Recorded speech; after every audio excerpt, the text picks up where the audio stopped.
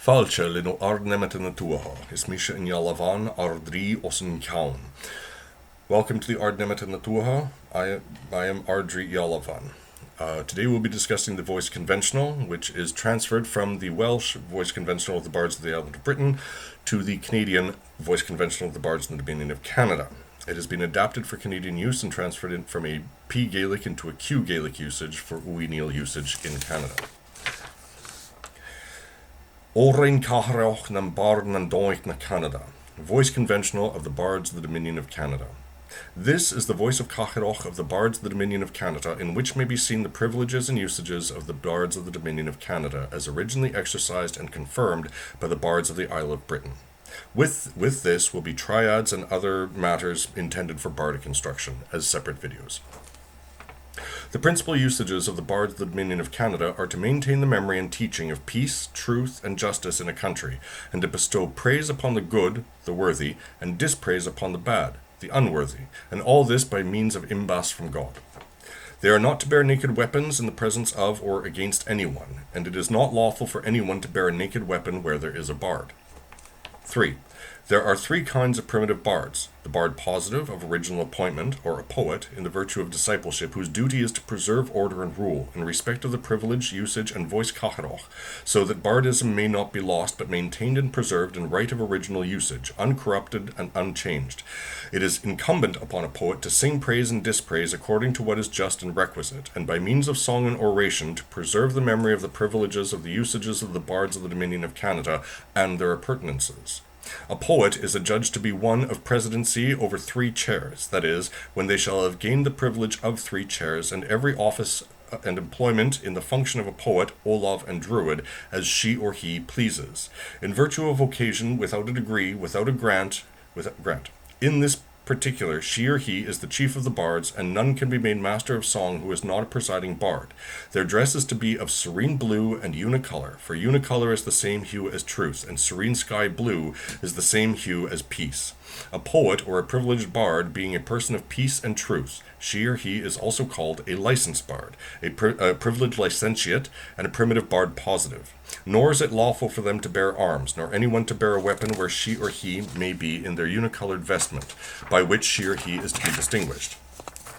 The second of the primitive bards is the Olaf, and it is incumbent upon them to be acquainted with literature, that is, to read and write, and to know the kinds of arts which may be beneficial to bards and to the world, and to exhibit them in their authenticity before a Cathairach and chair, or a bard of presidency.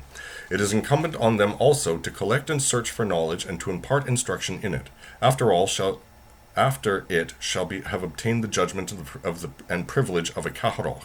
She or he is not bound to do more except in virtue of a degree and grant. The dress of an Olaf is to be green, being the same color as knowledge and learning, which grow like green vegetation of spring, and the attainment of knowledge, the Olaf is the chief of bards. The third of the primitive bards is the Druid, and it is incumbent upon them to teach according to reason, nature, and obligation and choice what she or he sees to be true, of the original learning, usages, and judgments of the poets as preserved in the memory of the voice Cathairach, and of the learning, art, and attainment of the Olaf bard. And their principal function is to teach divine knowledge, justice, and truth, and peace, and in respect of learning and knowledge, according to reason, nature, and obligation, the chief of the Olaf bards is the Druid. For knowing how to sing and exhibit a song of their own composition before Cathairach, which shall confer upon them the privilege of a chair, she or he will be entitled to a privilege of a poet, that is, a bard of privilege, without either a degree or grant. The dress of a Druid is to be of unicolored white, being thus the same color positively as the sun and light, and consequently of the same color as holiness of life, purity of godliness, and sanctity. If she or he cannot compose a song, a Druid has nothing to do with the function of a bard of privilege, except by grant and courtesy, but she or he is privileged, without either a degree or grant, to perform what may be necessary and what may seem good to them in the employment of the office of an Olaf. Should a Druid be an original bard of privilege, she or he has no need of either a degree or a grant, but will act according to privilege. Number 4.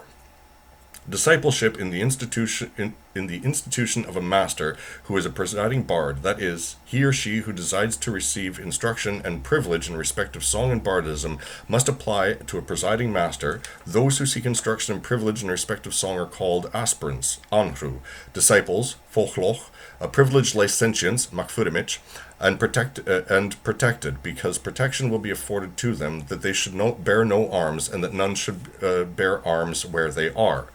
Aspirants have no more privilege until they obtain a degree of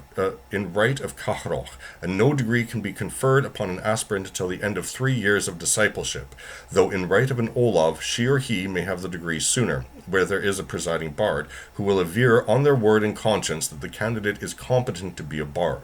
No person shall be admitted into discipleship who knows not their right hand, how to count to 100, the names of the months of the year, and the 4 parts of the world, namely south, east, north, and west, and who knows not their mother's tongue in such a way as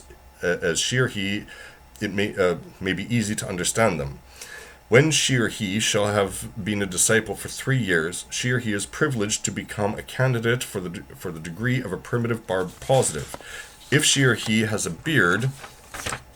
if she or he has no beard, let him wait until she or he, for females to be the first bleeding, or let them seek the degree of an Olav. And when she or he obtains a beard or menstruates, she or he is privileged to become a candidate of the degree of a primitive bard. If she or he has a disciple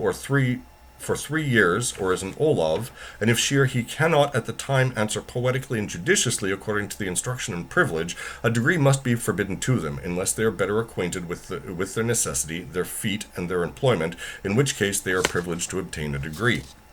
An Olav is to be granted, as before mentioned, in virtue of a presiding bard who shall aver on his word on his or her word or conscience that the candidate is competent to become a bard, or according to the judgment of a Cathairach to which application has been made, or by having been a disciple for less than 3 years, if he or she can answer the questions put to them by an Olav. An Olav of privilege is a bard of privilege, or a druid who exercises the vocation of an Olav, who verifies the claim of an Olav candidate, or an original Olav. There is no need to be a bard of privilege or a druid or of a degree or a grant, since they are entitled by privilege and assume the office of an Olav.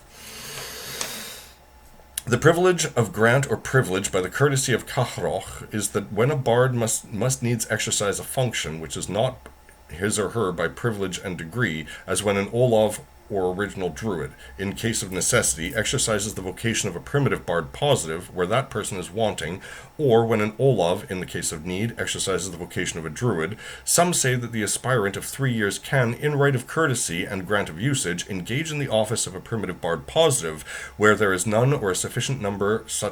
of such already, and in the same manner engage also in the offices of an Olav and a druid. It is not lawful for anyone to assume the office of degree and Cathairach in the right of gift of courtesy, except where there is a deficiency of presiding bards of institutional degree and privilege. A person may share in the privilege of grant and courtesy by giving notice of a year and a day, and unless an institutional bard enters his or her protest against it before the expiration of that time, then all who have enjoyed grant and courtesy are entitled to the privilege of usage. This is the privilege of necessity, lest bardism should be lost. Where there are 3 presiding bards, there is privilege of an institutional Cathairach. Where there are not 3, there can be no institutional privilege, but the privilege of a grant of courtesy in virtue of a year and a day when it becomes institutional, in case the claim has not been negated.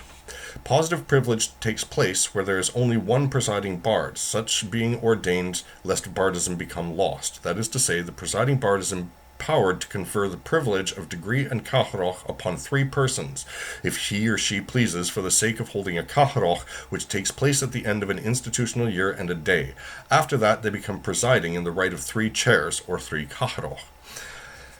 Where there is not one presiding bard or chief of song, hence there is a prospect of bardism being lost, let those who know the usages and privileges of the bards of the Dominion of Canada, from the lips and voice of country, and from Buchan Ogam or Culbrin, or from a bard of the Dominion of Canada,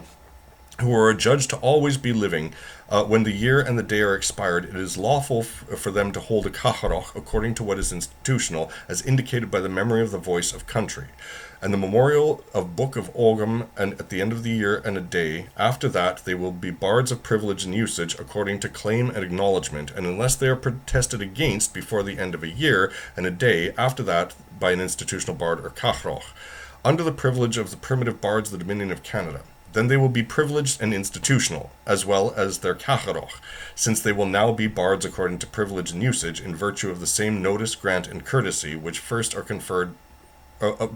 of all conferred privilege and usage upon the bards of the Dominion of Canada, as with the bards of the island of Britain, from whom they are evolved. That is the privilege of necessity.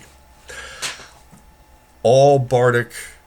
institutions require a year and a day's notice publicly before they can be recognized. I just want to put that out there. And Cathairach is the Gaelic word, just to remind you, Cathairach is the Scots Gaelic word for chairing, or egorstad, or gorstadal. We will discuss the Eistad Fodal, or the Modale, as we call them in the Gaelic, in another video. Thank you for watching, and Ben Ochleif.